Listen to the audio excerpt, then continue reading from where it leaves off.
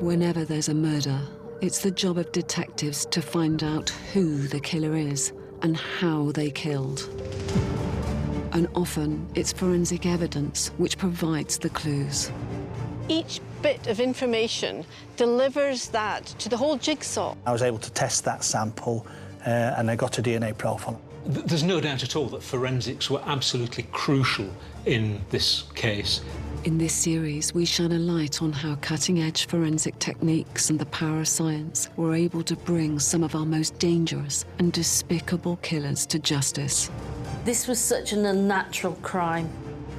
It's not a question of if he will kill again, it's a question of when. He believed that he was invincible and that nothing could stop him.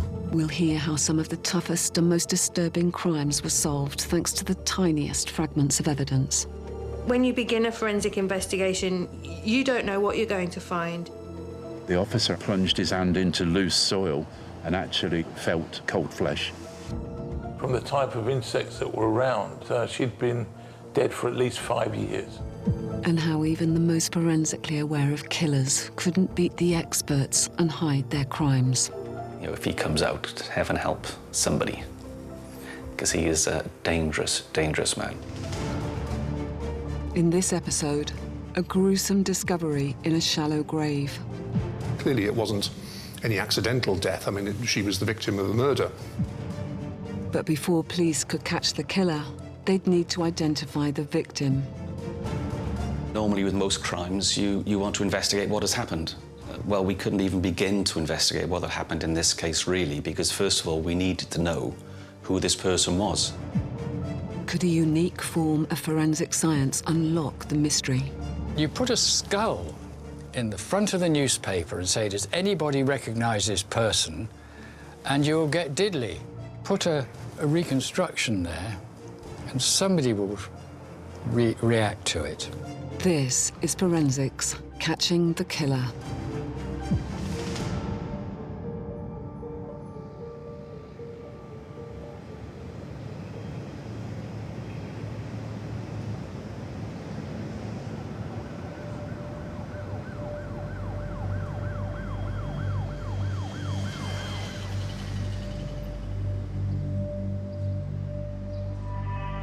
This is Norbury Road, Fairwater Police Station, which at the time was the divisional headquarters. I think the first thing I thought of was this could become my second home for the next few months, because I quickly got an idea of just how big the investigation was with the number of officers and staff that had been mobilised and the number of police vehicles that were around. It just felt absolutely huge, and you know, the biggest investigation I'd worked on up until that time. In December 1989, DS Jeff Norman was part of a 100-strong team of detectives from South Wales Police, drafted in to solve a brutal murder. You felt that bit more pressure, and you knew the whole team was going to be in the spotlight, so it was going to attract an awful lot of public interest, so you were just determined to try and make sure that you got the best possible result. It's an investigation that would turn out to be far from routine. In the shadow of the Principality Stadium and next to the River Taff is Fitzhamon Embankment, once one of the city's most desirable addresses. By the late 1980s, many of its large Victorian terraced houses had been converted into flats and bedsits. It was a disturbing discovery in the rear garden of one home that would launch one of Wales's biggest murder inquiries. Journalist Martin Shipton covered the discovery of the bones for the city's main newspaper. There were some workmen who were in a garden, and they were digging up the ground and buried not very far below the surface. In fact, I believe it was 22 inches. They came across the body, or rather the skeleton, of somebody who clearly was unidentified. So this was a major story at the time, and obviously that was a pretty horrendous thing for anyone to find. It wasn't unusual in those days for us to get calls about bones being discovered in gardens when people are digging them up, and more often than not, they turned out to be animal bones. But this one looked a little bit different. With the flax, it just didn't look right. It was an extreme challenge for the police to identify the victim of this murder, because while there were a few items of clothing, clearly one couldn't identify who it was from the face, because the face was no longer in existence. It was a skull. There was a skeleton. The details were extremely sketchy. But of course, there was a drive and determination that not only did we need to identify this person, we also needed to find out how she'd come to that awful end. There was a real determination to find out exactly what had happened. So we immediately called in the Forensic Science Service and the pathologist. With only bones, fragments of clothing, and the carpet the body was wrapped in as evidence, could forensics tell detectives who this unknown person was and how long they'd been buried for? The Home Office pathologist was the first one to start putting us on the road with the information that we needed to identify what it was we were dealing with. What usually happens is that the pathologist will go along to the scene and have a look at what is there and see whether there are any injuries or anything like that present that he or she can identify, but also to look at what type of skeleton it is, to see how tall the skeleton is, how tall the person was, what sex the person is, the gender, to a great extent, the ethnicity. They will have a lot of important information that they can get from the skeleton by looking at the size of the bones. The forensic pathologist's report helped determine the bones belonged to a girl aged between 14 and 17. But the skeleton wasn't the only thing that could reveal vital information about the age of the girl and when she might have been buried. The other items of interest that were of great use to us were items of clothing that had remained. Obviously, some of the synthetic bits and pieces had not broken down, as had the rest of the material. We had buttons, we had a zip, we had clothing labels, all of which would give us some information that we could use, importantly, to try and start building up a timeline. We could identify from that, we hoped, when they were manufactured, and we could start homing in on a date or dates between that body might have been buried in the ground. Inquiries into her clothing revealed that the items hadn't been produced for at least 5 years. Officers now knew the sex and approximate age of the victim and potentially how long she'd been buried. And the pathologist also confirmed to detectives that she'd been forcibly restrained. What was also of great interest to us, as if it wasn't suspicious enough at that stage, was the fact that he was able to reveal that her arms had been tied behind her back. The forensic pathology report provided vital clues to assist the investigation.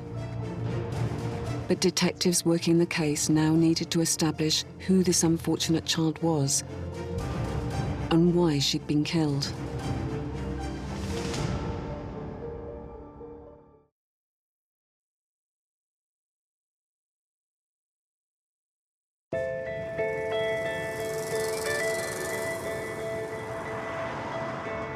December 1989, and murder detectives in Cardiff were on the hunt for a killer.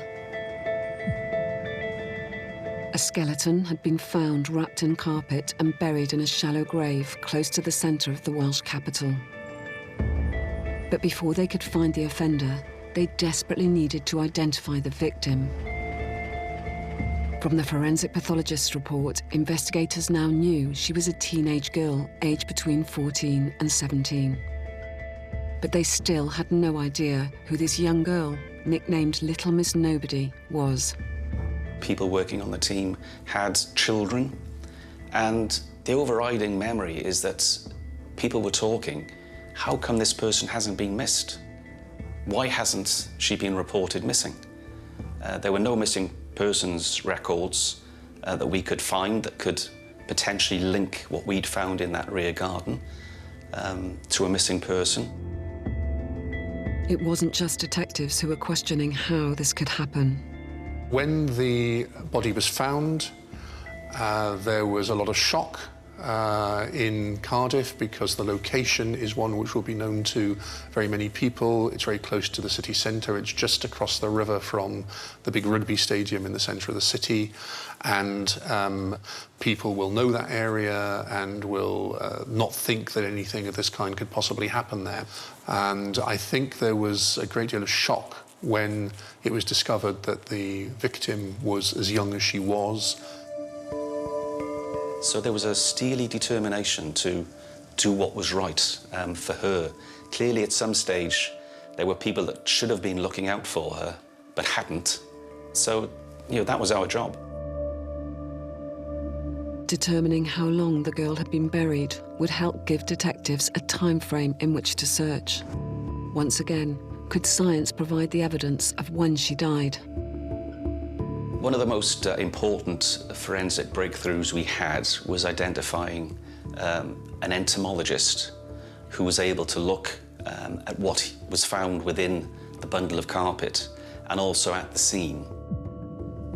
What the entomologist was able to tell us and explain to us was that the way in which a body decomposes when it's in the ground, and that happens largely through the way that insects attack them and the different insects that do different things.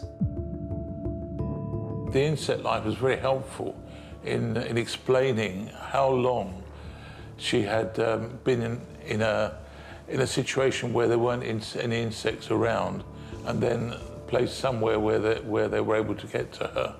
And I believe the entomologist also, or the insect man, should we say, also was able to show that from the type of insects that were around, that she'd been dead for at least 5 years, and where insects had access to her. And he was also able to tell us that it would have been lain above ground after death and prior to burial, which again to us was of great importance, and it just heightens the suspicions that we had that this was somebody who had met a violent death. It meant police could now start to focus their inquiries on a specific time period, starting with the residents of the flats on Fitzhamon Embankment. It was pretty obvious to us, given that the grave was some 6 feet from the rear basement flat door of the property. It was likely that the person living in that property at the time must have known something about what had gone on. So we knew who was living in the basement flat around the time that we were being pointed in by the scientists. Detectives' next line of inquiry centred on the carpet that the girl's body had been wrapped in. A resident of the basement flat was able to tell us that she recognised that carpet, as it had been one that she'd selected when the landlord asked her to, when it needed recarpeting. And she thought that it might have been an offcut that had remained after the carpet had been fitted and kept in a cupboard under the stairs. So a lot of our research was done on those residents, and the residents of the basement flat were of particular importance to us. And it was through some of those inquiries that we discovered not only the person that had lived there when the carpet had been laid, but also when Alan Charlton had lived there. But just who was Alan Charlton? So it's here in the centre of Cardiff, in one of what is now pedestrian streets, Caroline Street, where Alan Charlton used to work as a bouncer at the XL Club, which was here. He was somebody who was quite muscular and obviously appealed to the employers, the people who ran the club, because they thought that he looked the sort of person who would be able to deal with any kind of trouble. And trouble would often find its way to this area of the capital. in part due to its location close to the city's main transport hub and a notorious hangout for ne'er-do-wells. Not far away was the bus station where there was a cafe known as Asti's Cafe where one would see young girls standing outside, hovering around, and they were often runaways of one kind or another, people who were lost, and actually they were pretty vulnerable people, but they formed part of an underclass in Cardiff, almost a parallel society that Alan Charlton was also part of. And I suppose in a sense he straddled two elements because he was employed as a bouncer, so he was in gainful employment, but he also had an extremely unhealthy interest in young girls, which led him into associating with these very unfortunate, vulnerable people. He was very much a ladies' man. He was known to throw lots of parties, including at the basement flat, and that women attended that flat, but also some younger girls too. Investigators now had a person of interest. Meanwhile, another forensic discipline was helping detectives piece together how the young girl had died. As part of the identification process, we also used the services of an odontologist. He was able to look at the teeth, confirming the age range the pathologist had come up with. Another key finding of Dr. Whitaker's work was the blood that he found within the teeth themselves. But I believe that Professor Whitaker found what we call pink teeth, which is one of the signs that's said to be associated with strangulation. That may well be the case, but we have to remember that pink teeth can occur in all sorts of situations when somebody is in the process of dying, particularly if there is a loss of oxygen to the body. So it was clear to us that this person had met a violent death, which fitted in with what we'd found from some of the other forensic sciences. Charlton's residence, just feet from where the body was found, had already put him on the investigators' radar. Now the forensic confirmation of the young girl's violent death, tied in with the nightclub bouncer's previous run-ins with the law, raised suspicion further. Alan Charlton was of significant interest to us from that early stage because he was well known to other police forces. He appeared to be a violent offender and had been the suspect in rape investigations, in assault investigations where there was evidence that women had been attacked. But those suspicions had not led to charges, and Charlton denied any knowledge of the body found just feet away from where he used to live. Still without a name for the dead girl, the investigation needed a breakthrough. That would come courtesy of a relic dating back to 800 years BC. It all started with an Egyptian mummy, and that really was the start of my involvement with the forensic fraternity.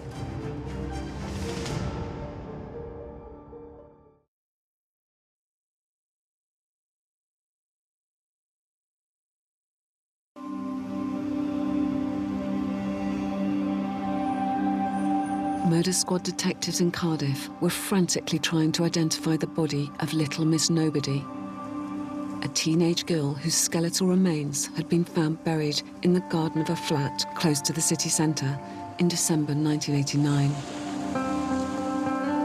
They also had a prime suspect, nightclub bouncer Alan Charlton, but without knowing who the dead girl was and her possible connection to their suspect, police couldn't progress the case against him. Detectives now gambled on a new forensic technique to unravel the mystery of their victim. Crucial to the identification of this person was to try and put a face to that person. And we decided that a course of action that would assist us in doing just that might be to try and recreate from the skull that we'd found what that person might have looked like. Now, in those days, I had no idea that something like that could be done. The man leading this pioneering process was Professor Richard Neve. I was employed by the University of Manchester, and I was working in the medical school as an artist, which involved at that time making drawings and paintings of various anatomical and surgical procedures. Also, it involved making exhibitions and displays. The university had embarked upon a sort of interdepartmental project to unwrap and study an ancient Egyptian mummy in the university's museum. And this had a number of spin-offs, and one of them was for me to take the remains of the skull and to build a face. As part of the Manchester Mummy Project, Professor Neve was tasked with rebuilding the shattered skull of Mummy 1770 to create a model of how the Egyptian princess might have looked.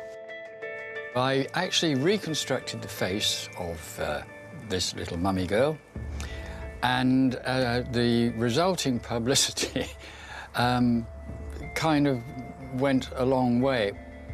And that really was the start of my involvement with the forensic fraternity,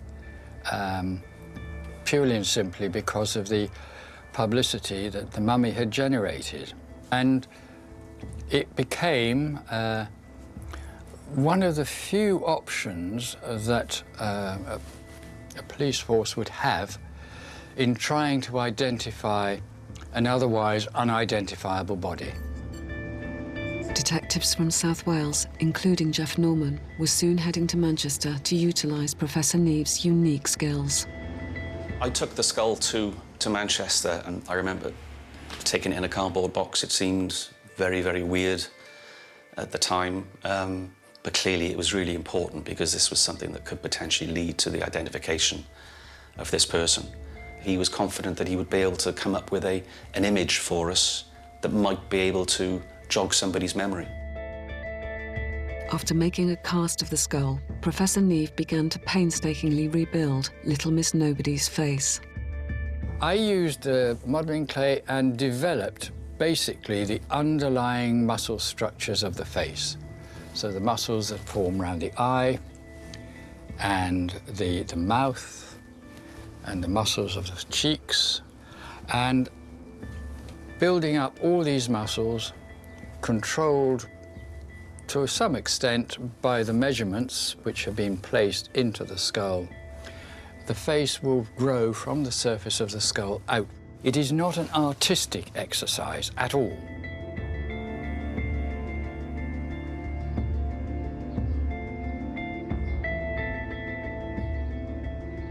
After around 5 days of meticulous modelling, Professor Neve had finally given Little Miss Nobody a face. What we're looking at here is a photograph of the reconstruction. You can see she's got a fairly straight sort of forehead. As with most females, the brow ridges are relatively light. And then she's got a fairly light sort of chin, very female sort of chin. It's a typical teenage face. The forensic facial reconstruction produced by Professor Neve was initially met with scepticism by investigators. I have to say it was very strange when we saw the image that he produced, because the first thing I was thinking of, and I know after discussing it with colleagues, we thought the same thing. Does that look like a real person? Is that something that people are going to look at and say, I know who that is? There were limitations, but you put a skull in the front of the newspaper and say, does anybody recognize this person? And you'll get diddly, no matter how big the story. Put a reconstruction there, and somebody will react to it. And when the image was released to the media, detectives did get a reaction. We went to press both locally and also went to Crime Watch to make an appeal. We had a lot of calls, but there were 2 calls of particular interest to us. One from a person who worked in a social services care home in Pontypridd to the north of Cardiff, and they gave the same name as another person had phoned in with. 40 days into their murder investigation, police were finally able to give the girl known as Little Miss Nobody her real identity back. That name was Karen Price. Karen Price was quite a troubled young girl. At the time of what occurred, she was 15. She obviously had a troubled childhood because she was living in an assessment centre at a place called Church Village, which is near Pontypridd, which is approximately 10 or 12 miles to the north of Cardiff.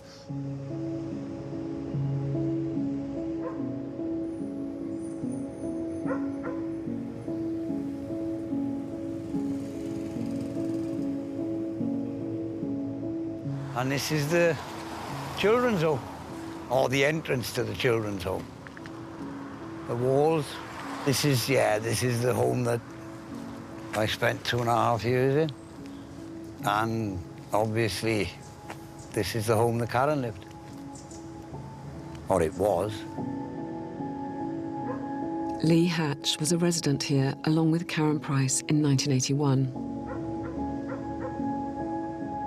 11 years of age, you're thinking, what? Where am I going? You know, my school isn't like this. My house isn't like this. This is new, it's different. There's good memories, but seeing the building itself brought back the bad memories as well.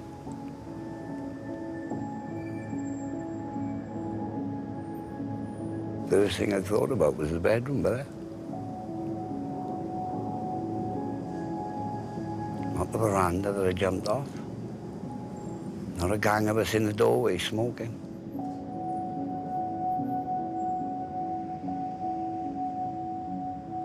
Karen would have been in this section here. This was then the television area. The other side of that was the games room. The dining area would have been them 2 windows.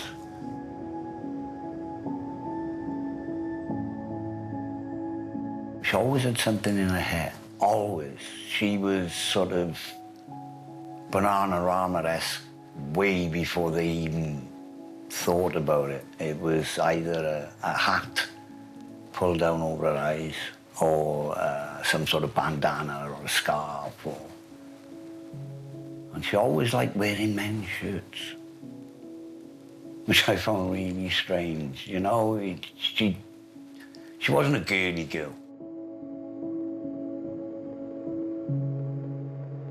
Like many other kids in care at the centre, Karen often found herself at odds with staff. The solution? To abscond. I would say there was at least one a week. You know, it's... and it might be that it wasn't proper absconding. You know, you'd have an argument with somebody, you'd run off, everybody'd start phoning round, they worried about you, and you'd walk back in. 3, 4, 5, maybe 6 hours. Obviously, she wasn't happy there because she was absconding from the establishment, as did some of her contemporaries as well. And what would tend to happen would be that when they did that, they would come down to Cardiff. The first time I saw Karen abscond and get into the car was this end of the building. And we heard a commotion coming from the house. Then all of a sudden, we seen her run down and she came round the corner. The car was sort of parked at that angle, and she just ran down and jumped straight into the back of it. And he drove off and down around. Could that mystery man in the car have been Alan Charlton? You could see he was a grown man, but you couldn't see his face. You could only see him at an acute angle. And then, by the time I come round, she was in the back of the car and the car had gone round the corner. According to Lee, he saw Karen get into waiting cars on several occasions, but she'd always returned. If you went missing, most of the time, the friends knew where you'd gone. You know? There was no mobile phone, but word of mouth. Eventually, somebody would crack and they'd say to the staff, oh, he's gone here. You know, and then it's like, oh, well, back you come. For Karen, it seemed nobody did crack when she failed to reappear. The boys were capable of living their lives. But the girls looked scared. Karen included. I suppose a troubled soul, really, because I don't think she had anybody that, same as we all did, I don't think she had anybody that she could actually talk to and tell what was going on. Nobody would report her disappearance or that she hadn't returned to the home or to school. In life as in death, Karen Price was a little Miss Nobody. But just who had been responsible for her murder?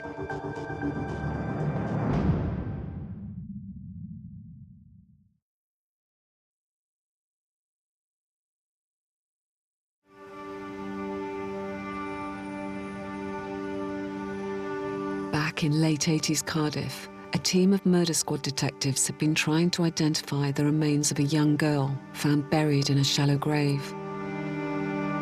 A forensic facial reconstruction using the girl's skull had allowed investigators to give Little Miss Nobody a face. And a UK-wide press and TV campaign resulted in officers putting a name to the face, Karen Price. Now, another new forensic technique, pioneered by pathologist Peter Venezes, helped confirm the skull definitely was Karen's. Well, what stands out about this particular case for me was that it was actually probably the first case that I did where we were involved in a murder inquiry with facial superimposition. Certainly one of the first in this country, as far as I'm aware. Using a photograph police now had of Karen, Dr. Venezes was able to compare that to her skull found in the shallow grave. Basically, what we did was we took an image of the skull, which was then recorded. That was used as our first image. We could then, because we had the skull there, we could turn it round into different positions, so we could match it up with the angle at which the photograph we had. So we took into account the perspective, and by doing that at the different angles, we could then see whether different parts of the anatomy of the skull matched up with different parts of the anatomy of the photograph. And also, because she was smiling, we were able to see the outline of the teeth, both in the photograph and in the skull itself. So that was very useful. And actually, not just in her case, but it was a very useful technique that we used in a number of other murder cases that we did over that time. And the now tried and tested forensic technique of DNA sampling, still in its early days back then, would provide the ultimate proof the bones belonged to Karen. They really had to do this because the facial reconstruction and superimposition was all very well, but you needed something which was completely definitive. This is when they went to Sir Alec Jeffreys, and he advised them to go to the families and get samples. In the early 1980s, geneticist Sir Alec Jeffreys had developed the revolutionary technique of genetic fingerprinting and DNA profiling. 2 years before Karen's remains were discovered, Jeffreys' technique had led to the world's first murder conviction using DNA. Colin Pitchfork, whose semen had been found at the scene of the rapes and murders of both Linda Mann and Dawn Ashworth, received a 28-year prison sentence. Now, similar science, taking DNA from Karen's estranged parents, could prove a familial link to the bones found in the garden. They then were able to get the samples, and that's when they were able to match these with the samples that were taken from the bones at that time, and it was successful. I believe Sir Alec Jeffreys in court said that, that there was a 99.9% chance that it was Karen Price. Forensics had identified the victim. Now detectives in Cardiff needed hard evidence against the man they suspected of Karen Price's murder. And they were about to receive a call that would break the case wide open. I was watching TV with my friend Idris, his partner and my partner. Crime Watch came on and they were talking about a young girl, Karen Price, who had gone missing in Cardiff and her body was found. Idris had said that he knew her and he knew her boyfriend and somebody she was hanging around with. Idris Ali had been 16 at the time of Karen's murder. 8 years on, he had a girlfriend and a son and was sharing a house with Make Corcoran in Cardiff. Nick Ross concluded the programme by saying, if you were a friend of her then, be a friend of hers now. And I repeated those words to Idris.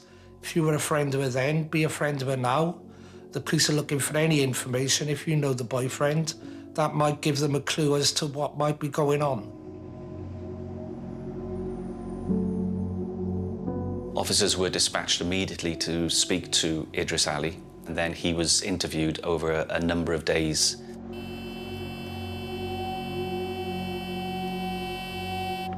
And he eventually told us that he had actually supplied young girls to Alan Charlton to attend at some of the parties that he used to have at his basement flat. At one of these parties, 2 girls had been invited.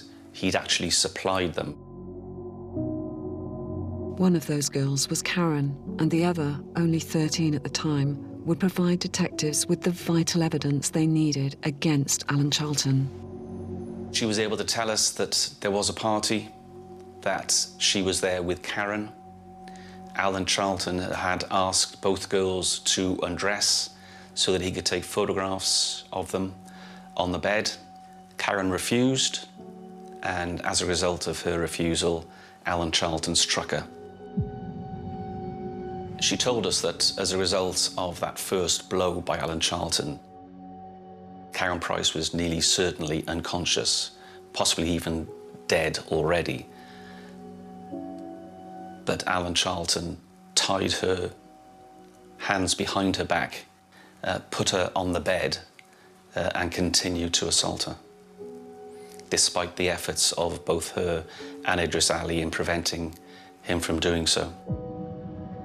The key witness would also confirm the forensic analysis about what happened to Karen in the days after she'd been murdered.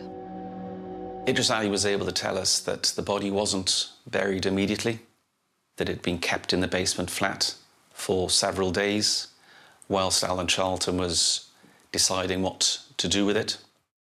But he was then made by Charlton to return to the flat to assist him in disposing of the body in the grave in the rear garden. After almost a decade, the tragic story of a girl society had chosen to forget was finally being told, thanks in no small part to forensic science. I think it's fair to say that this was a hugely significant investigation for anybody who worked on it. The teamwork was outstanding, not just from within the police officers themselves and the other members of staff that were involved, but also the forensic science teams that were involved and so worked closely together with the investigation team itself. Looking back on it, I suppose one feels, or I feel a sense of doing a job properly and getting the right results, and knowing I've got the right results, that is always a good thing to do. In 1991, Charlton would appear in court charged with Karen's murder 8 years earlier. Yeah, I made a point the whole time I was there, keeping an eye on Charlton, just totally impassive, almost as if he wasn't even listening. I don't know. Just, you know, sometimes you get people in the dock who are writing copious notes, who are constantly wanting to talk to their legal team.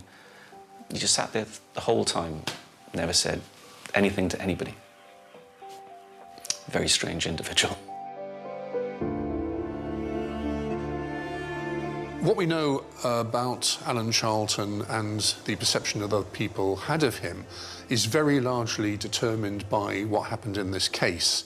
So we know, for example, that Idris Ali, who was his co-accused, was terrified of him, and that he wouldn't want to cross him, and that he was in fact induced to participate in the killing by him because of his fear of him. So he must have had a very powerful, controlling personality. That's absolutely clear.